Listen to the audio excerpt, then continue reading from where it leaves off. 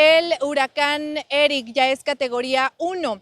El centro de este fenómeno natural se encuentra localizado al sur-sureste de Puerto Ángel, Oaxaca, y al sureste de Punta Maldonado, Guerrero. Un huracán que acaba de evolucionar y que se espera que durante las siguientes 48 horas incremente en su categoría y que incluso pueda tocar tierra en el territorio nacional mexicano, siendo huracán categoría 2 o incluso un huracán más fuerte. Aquí en Guerrero, desde donde los saludo, pues se han tomado algunas determinaciones. La primera de ellas, la suspensión de clases en todos los niveles educativos en las 8 regiones de la entidad, así como el retiro de embarcaciones del mar para poner a salvo estos navíos que durante el huracán Otis en el año 2023 pues fueron fuertemente averiados. Comentarles también que aquí en Acapulco se han registrado compras de pues algunos artículos, sobre todo de primera necesidad, artículos no perecederos, y se han registrado también filas, largas filas en tortillerías, en gasolinerías.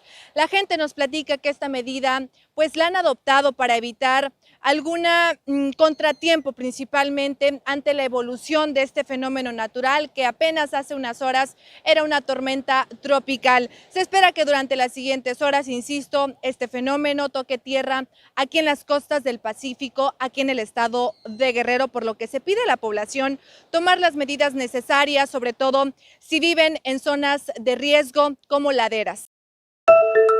Alrededor de una semana fuera del país, donde puso en agenda la crisis de Haití en la cumbre de Brasil con países del Caribe, el presidente Abinader justificó su insistencia en el abordaje de la crisis haitiana. Dijo que varias naciones ya se están cansando del tema haitiano.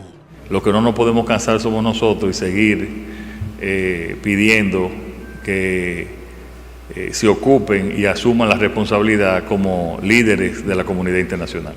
Ante la crisis sociopolítica y económica de Haití, Abinader reveló que su homólogo de Francia, Emmanuel Macron, está ayudando a la misión de Kenia en ese país con equipos militares, mientras que Luis Ignacio Lula da Silva de Brasil expresó preocupación por el tema.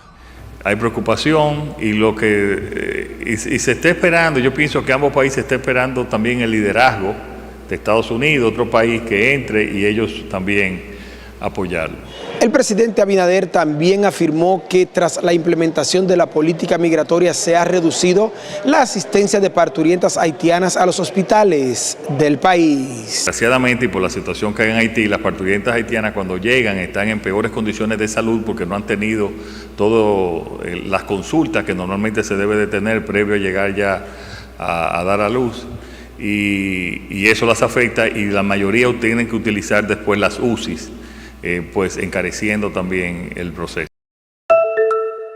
Adriana Catarina Ramos de Oliveira había insultado a un hombre gay el sábado pasado en un shopping center de Sao Paulo.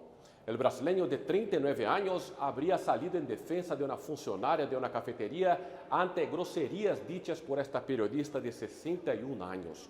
¡Bicha nojento!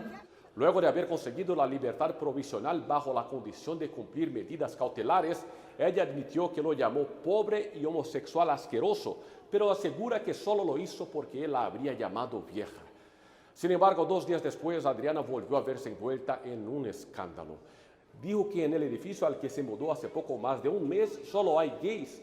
Incluso llamó a algunos vecinos homosexuales depilados que forman una jaula de locas, de una manera aún más desagradable. Las víctimas se quejaron con la policía militar. La señora fue llevada a la comisaría, pero a pesar de las evidencias volvió a ser liberada.